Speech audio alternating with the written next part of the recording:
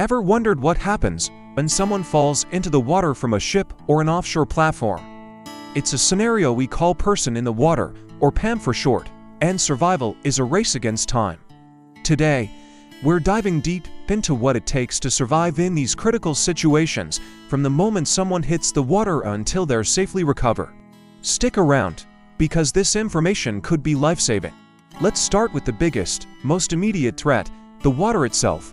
Specifically, the water temperature. The cold is a far greater danger than many people realize. There's an official guide that maritime professionals use, known as the SOLAS table, which gives us a stark picture of survival times based on water temperature. SOLAS stands for Safety of Life at Sea, and its guidelines are based on decades of real-world data. Let's break down what this table tells us. If the water temperature is between 0 and 5 degrees Celsius, that's just above freezing. In these conditions, even with a life jacket, the expected survival time is less than an hour. The shock of the cold water can cause an involuntary gasp, leading to water inhalation. After that, hypothermia sets in incredibly fast. The body loses heat about 25 times faster in cold water than in cold air. Your core temperature drops, your muscles stop working, and eventually, you lose consciousness. Now, what if the water is a bit warmer, say between 6 and 15 degrees Celsius? This is still very cold water. Think about the North Sea or the waters around Canada for much of the year. In this range, your survival window extends from about 1 to 6 hours. You have a little more time, but the clock is ticking loudly. Every minute counts. The initial cold shock is still a major factor, and hypothermia will progressively weaken you. Let's move into what might feel like more manageable temperatures, from 16 to 25 degrees Celsius. This is what you might find in temperate climates or during summer in cooler regions. Here, survival time jumps significantly to between 6 and 12 hours. It sounds like a long time, but remember, this is about survival, not comfort. After several hours, exhaustion, dehydration, and the continuous cooling of your body become serious threats. You're still losing body heat, just at a slower rate. Finally, what about warmer waters, above 25 degrees Celsius? This is tropical water territory. Here, the immediate threat of hypothermia is much lower. With proper flotation, like a life jacket, survival time is listed as over 12 hours. However, this doesn't mean you're safe. After a day, other dangers take over. Dehydration from the sun and salt, exhaustion from treading water, and potential marine life encounters become the primary concerns. But that initial, deadly chill isn't the main enemy. So, you can see how critical water temperature is. It's the single most important factor in determining the urgency of a rescue operation. But survival isn't just about the temperature. It's also about what you're wearing and the equipment you have. This is where personal protective equipment, or PP, makes a world of difference. The most basic and essential piece of equipment is a life jacket. A good life jacket does two crucial things. It keeps you afloat, so you don't waste precious energy treading water. And it's designed to keep your head above the water, even if you lose consciousness. Without flotation, even in warm water, exhaustion will claim you within a few hours. A life jacket extends that time dramatically.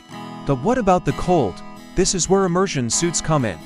An immersion suit, also known as a survival suit, is a waterproof, full-body suit designed to protect you from hypothermia in cold water. It's essentially a dry suit that traps a layer of air between your body and the suit, providing excellent insulation. Modern immersion suits can extend survival time in near-freezing water from under an hour to several hours. They are game changers for anyone working over cold water. An immersion suit is an absolute must-have. They are often brightly colored, usually orange or red, to make you more visible to rescuers, which is another huge advantage. Some life jackets even come with extra features like a spray hood to protect your face from waves and sea spray, which helps prevent secondary drowning. They might also have a personal locator beacon, or PLB, which sends out a distress signal with your GPS location, drastically cutting down search time. In a vast ocean, being found is half the battle. So, let's recap this part. Your chances of survival skyrocket with the right gear.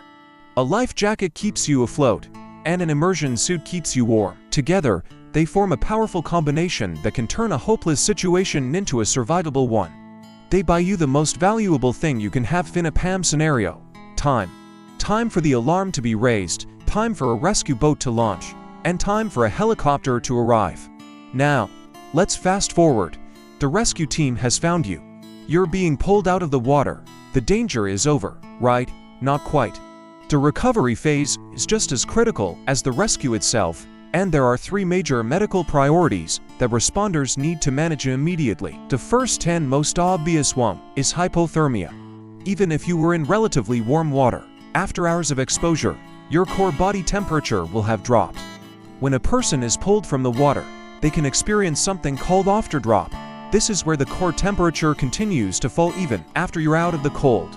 It happens because cold blood from your arms and legs starts circulating back to your core as you begin to warm up. Proper management of hypothermia is crucial. You can't just throw someone in a hot shower. The rewarming process needs to be gradual and controlled. First responders will remove all wet clothing immediately. Then, they'll cover the person with blankets, focusing on insulating the head, neck, chest, and growing the areas where you lose the most heat. Active rewarming methods might be used, like warm intravenous fluids or forced air warming blankets.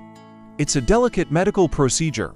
Rushing it can cause cardiac arrest. The second medical priority, something called secondary drowning or delayed drowning. This can happen hours after a person has been rescued from the water. Even a small amount of inhaled water, whether salt or fresh, can irritate the lungs and cause them to fill with fluid, a condition called pulmonary edema. The person might seem fine at first, but over the next few hours, they'll find it increasingly difficult to breathe. Symptoms include coughing, chest pain, and extreme fatigue. This is why anyone who has been in a water immersion incident, especially if they struggled or went under, must be taken for medical evaluation, even if they feel perfectly okay. It's a silent killer that can be treated if caught early, but it's deadly if ignored. The third major medical concern is trauma. Think about it. Falling into the water from a ship, a rig, or even a pier often involves a significant drop. We're talking about falls from several meters, sometimes much more. The impact with the water surface can be brutal. From a great height, hitting water is like hitting concrete. This can cause serious injuries, broken bones, internal bleeding, spinal injuries, or a concussion. The person might not even be aware of their injuries due to the numbing effect of the cold water or the adrenaline of the situation. So, a full-body trauma assessment is a standard part of the post-rescue medical check. Rescuers are trained to handle potential spinal injuries carefully, using backboards and neck braces during the recovery process. So, surviving a fall into the water is a multi-stage challenge. First, you have to survive the initial shock and the relentless cold, where your clothing and equipment are your best friends. Then, you have to be found and rescued.